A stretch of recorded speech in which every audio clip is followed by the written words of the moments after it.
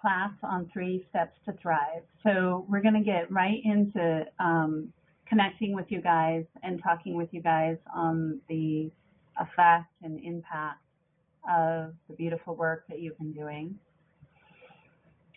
What kind of connections, shifts, and changes in relationships that have been going on for you.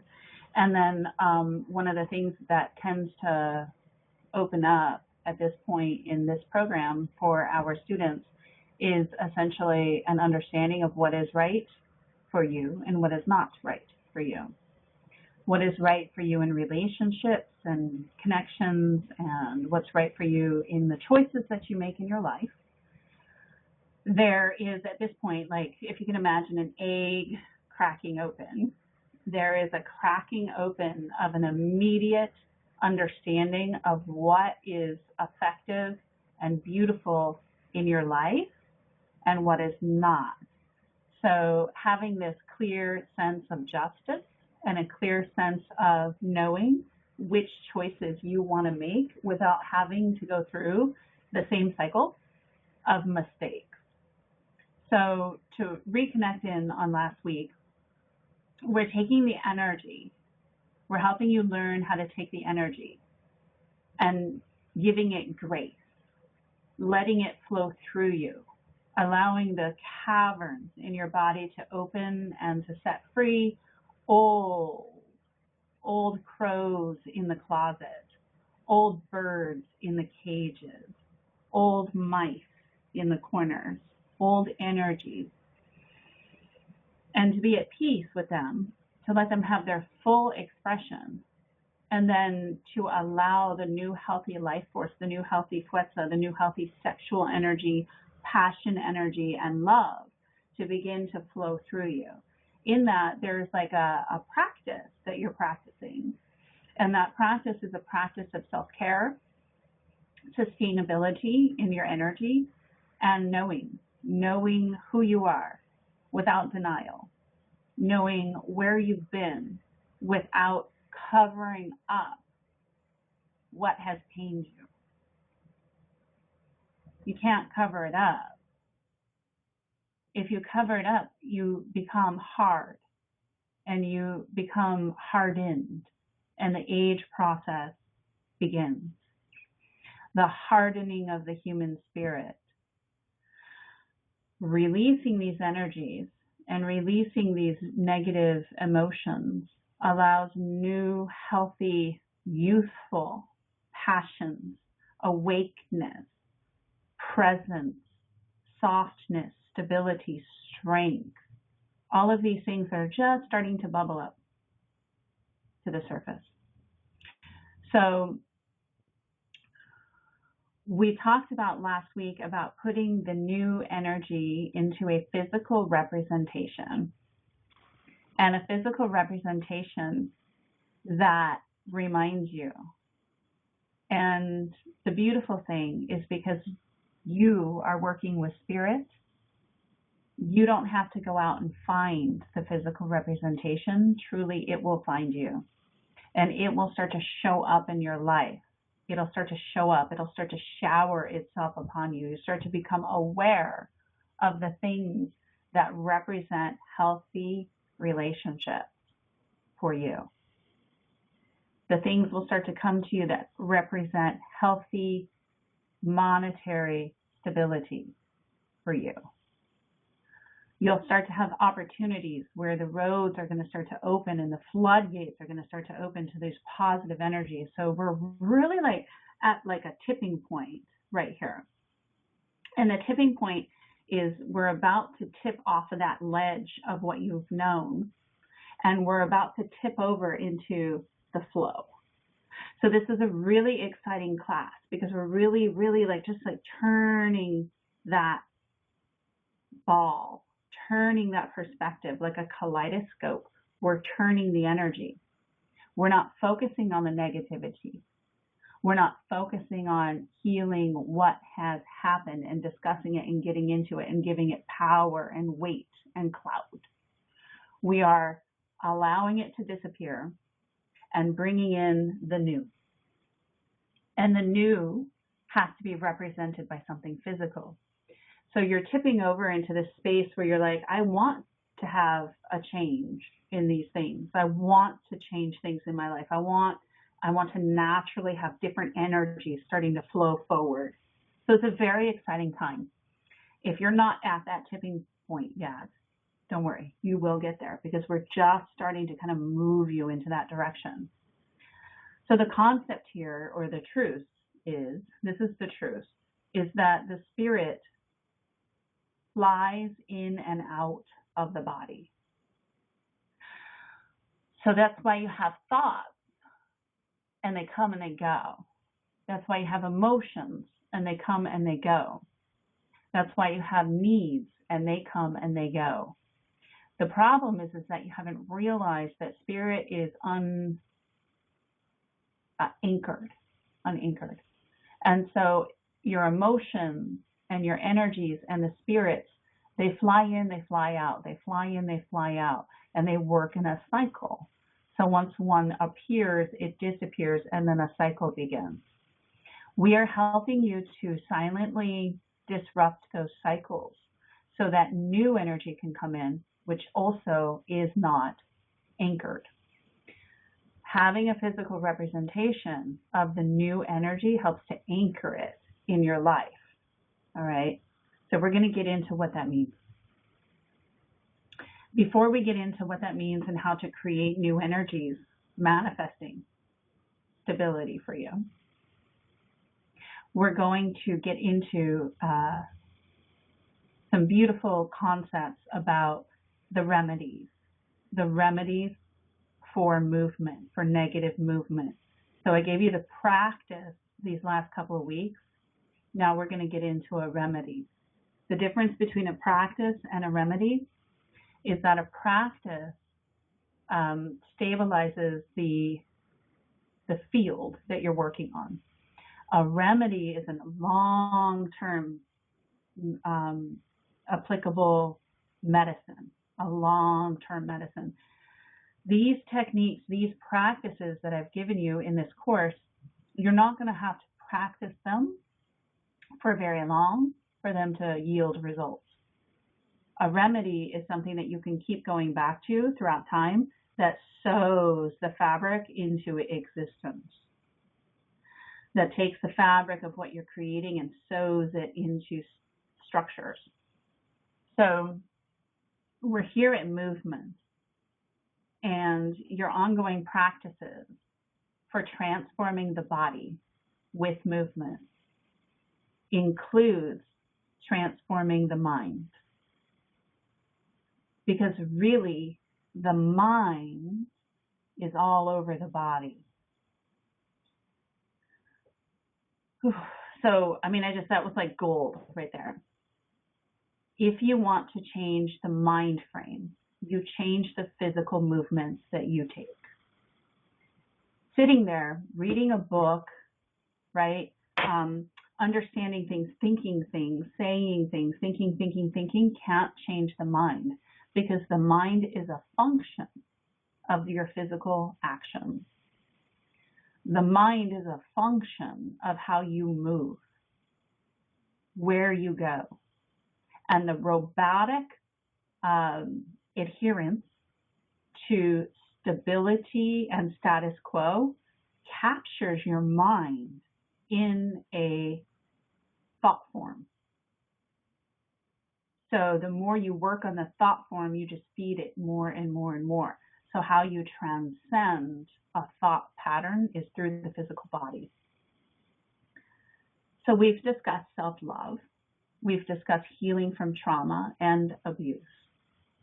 Now we're going to discuss moving forward. How do you move forward from this? So we've discussed the trauma, we've discussed the abuse. I've given you the practices. So now let's look at the remedies. So what you are really looking for is stability. Continuity and grace. But how you've been looking for it is that you've taken the concept or the human need for stability, continuity, and grace, and you've mistaken it. You've mistaken it for entrapment,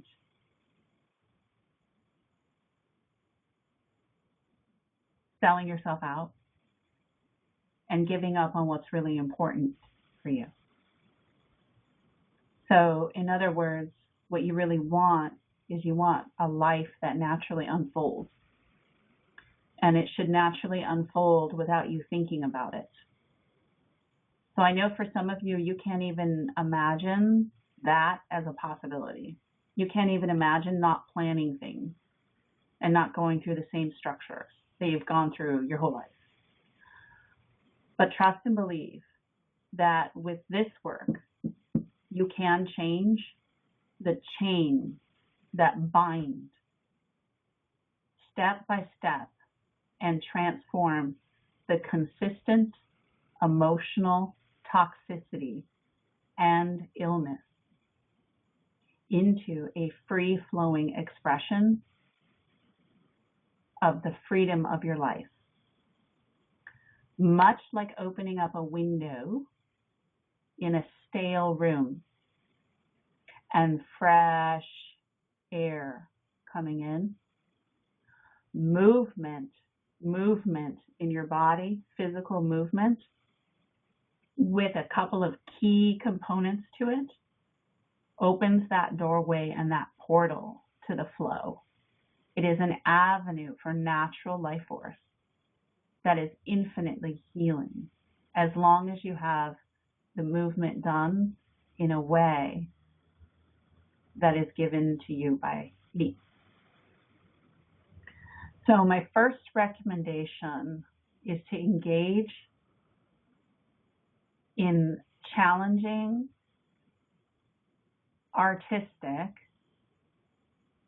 and healing forms of movement. Challenging, artistic, and healing. When you have challenge, you have art, and you have healing, you can transcend the mind. So the art has to be there, though. It can't just be working out, and it can't just be yoga, because yoga doesn't have the art. It has to have art. It has to have it has to be challenging and healing all together. So the three that I know of, and I know there's going to be lots more as time goes by, so this is just three movement forms that I know of that make a huge difference, is belly dance, is challenging, it's artistic, and it's healing. It's the most ancient form of healing arts. It's the most ancient martial arts, and it incorporates the most ancient music, which is drumming. Belly dance really should not be just the Middle Eastern dancing. It should be tribal belly dance, or something that is grounded and rooted, folkloric belly dance, tribal, something grounded and rooted in the hips. Tai Chi or Qigong, because Tai Chi and Qigong they hit all those arenas. It's very challenging, and it's very artistic, and it's a healing form. And then the third one that I know of is capoeira. And there's lots to know about all three of those arts. If you don't want to take a class, you don't want to learn Tai Chi, you don't want to learn capoeira or belly dance or something like that, think about what you can do on your own with other people. On your own meaning you can get up and you can walk out of the house and actually go do it. You want to think about what you can do immediately that will put you around art, movement, and healing all together. So when people come and take my dance classes, they experience a huge shift, and the reason is because I understand that there is a marriage between those avenues of self-empowerment, healing, movement, and art. All these have in common is that the movement is an expression of flow. So flow exists in the universe, right? Movement exists. There's waters, there's liquids. The universe is very mutable. It's very movable. It's constantly flowing. And as a human, if you link yourself with that flow, in Tai Chi, they call that, I can't remember. I think they call it the chi. They call it the chi, right? In belly dance, we call that the Shakti, the Shakti. That's the flow. In Sanse, we call it the fuerza, the force. So that energy that is that natural life force, these martial arts, capoeira, old, ancient Indian folkloric belly dance, as we call it today, and Tai Chi are art forms that express the flow. They're not art forms that suppress the flow, okay? So like a ballet class suppresses the flow, all right? Stripping suppresses the flow. Any form of dance that's all about the presentation is going to suppress. What we need is you guys to be doing something that opens up the flow. It should be challenging, though, meaning that it has its rules and it's strict. That's important. That's an important piece, but not oppressive to the flow. It's expressive. Okay. So this is really important because these components, when they're working together, is going to bust through the entire list of problems that you came in with, especially with the previous practices that I gave you. So basically that's what I'm recommending, is that you find something that is really challenging for you, is very artistic, and is going to be an expression of the old spirit, of the ancient things, that it's timeless when you're in it. It's timeless when you're doing it. This can include other things that you do, like rock climbing, okay? Or things like this, like other physical actions that you take, as long as the art is there and the flow is there. It can't just be just the physical exercise. So your second ongoing practice and movement is going to be a little ethereal, but it's actually very practical and very grounded.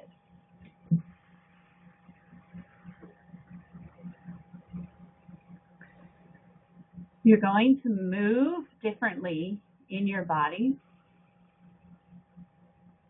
stand differently on your feet, shift your weight different from side to side, change your posture, switch the earplug that you have your computer phone in your ear. Notice how you're sitting and change your posture to sit in a different way. Notice how you look out of your eyes, how your eyes are like little, they're in a habit of like where they'll gaze and how far they'll look and how close they'll look. Your eyes are on a track and your eyes lead directly into your cranium, into your brain. So you have to open and expand how you move your eyes, how you blink. You need to notice when you are looking at someone, how you're looking at them. Change the direction that you hold your eyes in. Notice if you always sit in a way that your eyes are gazing at one side of the room. These are all training habits that have been unconscious. They are unconscious habits that you have. And those unconscious habits, it's literally like as if I was typing on the computer and typing into you what you're going to think, feel, and experience within the next 10 minutes, within the next 3 months, within the next 10 days. Try to realize that you are not a computer, but the body acts like habit, habit, habit. So notice how you drink coffee in a certain way, that you have food at a certain time, that you do things in all these little habits. And I'm going to leave it up to you to be responsible for that. I'm not going to coach you and monitor you on that. You need to actually do it. You need to move your body in different ways. You want to start becoming aware of how you reach for certain things, how you pick up a glass on the table. You want to start becoming aware of how you wash your dishes, how you put on your clothes, how you touch and move the objects in your physical environment. Because in reality, those objects and all of that you're doing is painting a sigil. It's painting a design in space and time that is patterned. And that is where the pattern exists, is in how you move physically in your environment.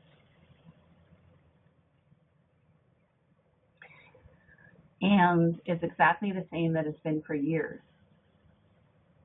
You chew on the same side of your mouth. You drink water in the same time each time, in the same way. When somebody comes and shakes it up for you, you get cranky. If somebody comes and moves the way that you move around you and gets into your boundaries, your fucking boundaries, all of that, it upsets you because it's upsetting a pattern. So let that happen. Let yourself be moved and jostled and set out of your normal schedule, because that's where the new life force is going to start to come in. So it's about creating awareness and consciousness in the pattern, so that they no longer dominate you, but you can start to dominate them. So your body is a neurological framework, and it recites the same poem, the same saying, the same feeling, the same mood over and over and over again. So even if you've done healing work, even if you've changed certain things in your life, if you don't address the way that you move, the nervous system is going to reorient itself to the original and habitually strong pattern, because you've been doing this unconsciously for many years. Simply changing the way you do things physically while learning to challenge your physical body in an art form that is healing will start to break down and fuck with the structures in your life. And real change will start to take place. You will shed your skin. And when a snake sheds its skin, it's quite uncomfortable. But the snake knows it must get out, and it must surrender to the process. And after that skin is shed, you're tender. The snake is tender. It's a gentle time. So you have to change the way you hold your posture, rearrange your household items, and become aware of how you move within your day, within your habit, within your work. Become aware of how you brush your teeth the same frickin' way you've brushed your teeth for 20 years. People say they want transformation. They say they want healing. They say they want change. But the real addiction that you have is to control. And you would rather live within patterns and cycles that you know, so that you can control, rather than to live without patterns and cycles so that you can experience no control. To be in a flow and to allow things to flow requires courage, determination, and strength. To have love beyond all that has happened to you, and to be willing to find love and to have love and to be in love requires a warrior. It requires strength and consciousness and intelligence. But your mind is small. Your intelligence is vast. And you can't tap into that vast intelligence until you surrender and release the control that you have over shit that could get burned, it could get flooded, it could get destroyed at any moment. And it's just not important. What's important is that God gave you this life and you have a mystery within you to learn and to unfold. And that's all that matters. You show up to your work, you can keep your responsibilities, keep your word, keep empowering your magic and who you are in the world, but do it free from the little structures that you're living inside of. You'll offer way more to your people and to your companies if you can do that.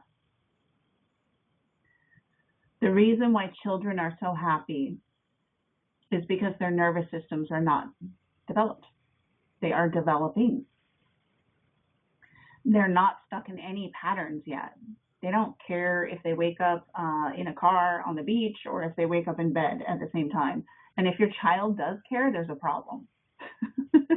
Because it means your child is starting to develop like psychoses.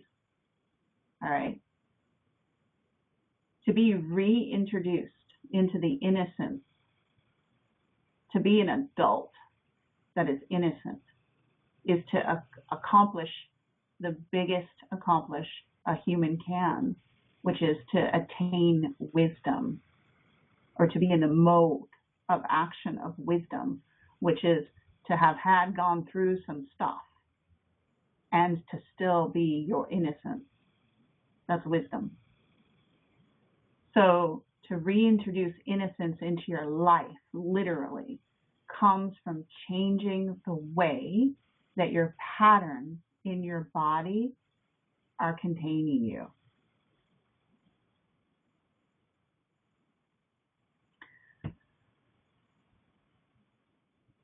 The next challenge for creating healthy movements, so that's 2. So we're going to go to the third challenge here.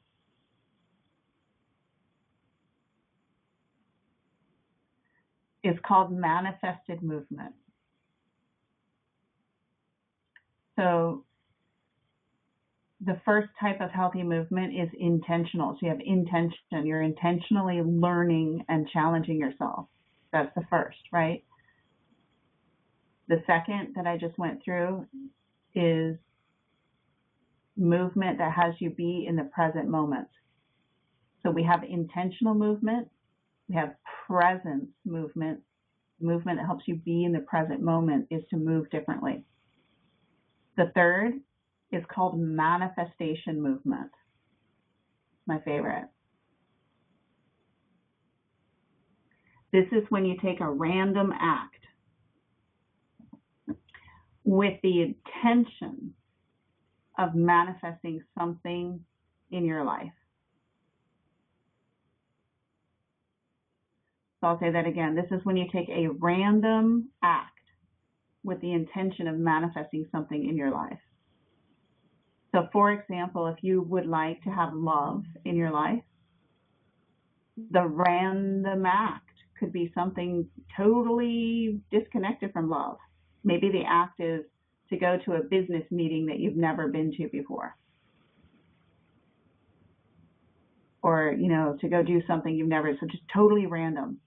And it should just be like an inspiration. It'll come on you. It'll be like, oh, that's my random act. Something that's so outside of what I normally do. I'm just going to do it. I'm going to take this random act. But you take that act, meaning you actually go and do the thing that you want to do with the intention of manifesting love. So this is what we call pulling from the universal fibers. So you're using the energy of the action that you're taking and you're siphoning that energy to allow that energy to flow towards your intention. So that business meeting has nothing to do with love, but the action that you're taking with a positive direction. You're taking it with a positive intention.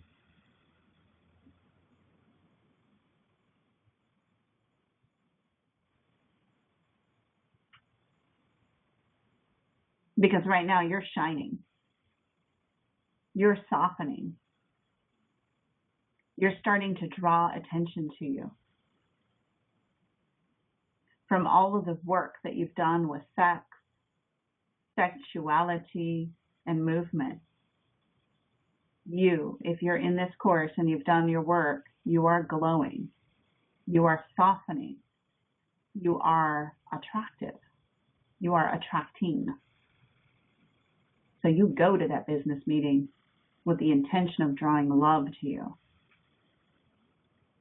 And because each action has an equal and opposite reaction, because we live in a universe of laws, the law must be that you attract to you what you are, and the opposite. So let that random act be something stupid and boring. Let it be that opposite, right? Go to the DMV, pay them taxes, right? Let yourself be in control of the opposite. Sacrifice a little bit of time towards the system that loves to entrap you. And do it with the intention of love.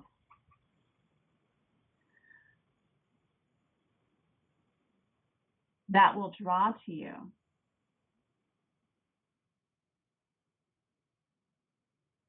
even though it has nothing to do with love. It will draw to you. Later on, maybe in the evening, maybe the next day, give it time. Spirit likes time. Don't fucking pressure the beast, right? Let the shit unfold. Maybe you're walking home doing some other random act, and you meet somebody randomly on the street who invites you out for a cup of tea. I've had it happen in this course over and over and over and over again. Maybe you just meet somebody randomly, and it seems random, but it's because you caused the opposite reaction so that you could have the positive action of your intention. It's a little brainy, but it makes sense if you put yourself to it for long enough. Okay? So that is a real life example of somebody who was in this course that did this. They did meet somebody who asked them out for a cup of tea, and love was had. So don't be afraid to go out and do things right now. Make each and everything that you do in your life a meaningful expression, because you're impregnating the space around you with your actions in the movement magic that we're teaching you. You're impregnating the space around you with what you do, with how you act, everywhere you go. You're creating that energy to flow back to you. Dress up with the belief that each thing that you wear will cause the manifestation of love. This is manifestation through movement, and it works as long as you believe in it, because belief is the most powerful tool out of everything that I teach you. Maybe you're not just taking your kids to school in the morning time. Maybe it's a meaningful action that you're taking that is slowly sowing the seeds of your intention into the universe. Working it towards your intention. So that's manifestation movement. The fourth remedy is silent movement. Silent movement.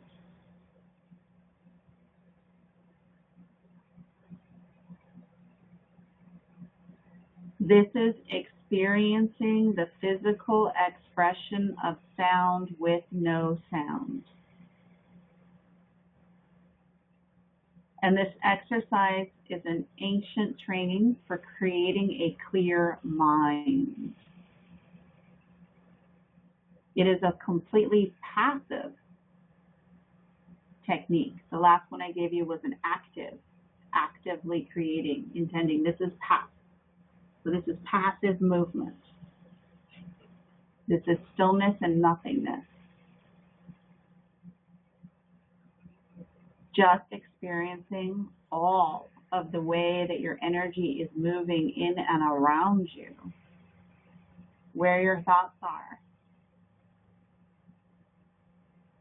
what might be bothering you, how your body feels, how your heart feels.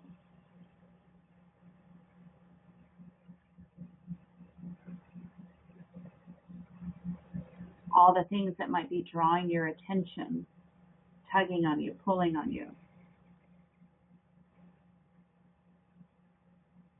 With each breath, you want to draw all of the distractions in with your breath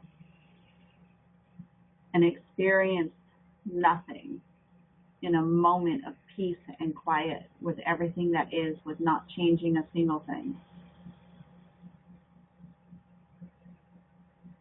This is a really important practice because it's difficult.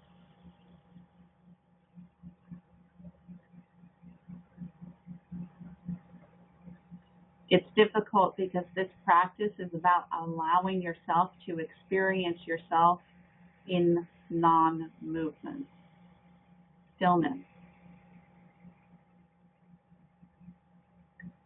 And sometimes change happens from no change. Sometimes things clear without you having to clear them, and they clear from no change. Sometimes things only clear when there's a space of peace. So this is a conscious practice of feeling what is and feeling non-motion. Definitely good for people who have high stress lives. So we have those 4 practices for you guys to begin. You can go back and listen to this recording if you need to go through the 4 practices. And I want you to keep up your remedies and things that you're doing with sensuality, sexuality, and movement. I'm going to end today with saying that I love the progress. The altar pictures that have been sent to me this week are absolutely stunning and different and beautiful. I can really see a lot of personality coming through in all of them. We are going to get into the last and final component that is going to have everything start to collide together next week, which is the practices and things to do for ceremony. My name is Priestess Shoshana with Temple de la Luna, and we will talk next week. God bless.